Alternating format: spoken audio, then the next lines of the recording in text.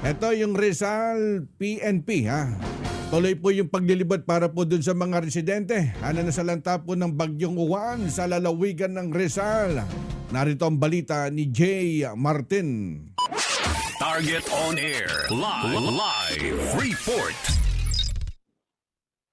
Arek sa personal na tinungo ni Police Colonel Piloteo Gonzalgo, Provincial Director ng Rizal Police Provincial Office, ang mga evacuation center sa ilang bayan sa lalawigan ng Rizal upang aktual na tignan ang kalagayan ng mga evacuees at tiyakin ang kaligtasan at seguridad ng mga residente sa gitna ng pananalasa ng Super Typhoon Uwan.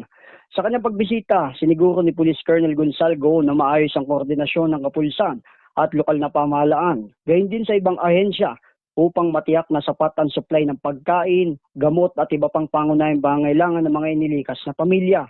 Binigyan din ni Police Colonel Gonzalgo ang kahalagaan ng tuloy-tuloy na presensya ng mga pulis sa evacuation site at mga apektadong lugar upang mapanatili ang kaayusan at kapayapaan habang nagpapatuloy ang masamang panahon.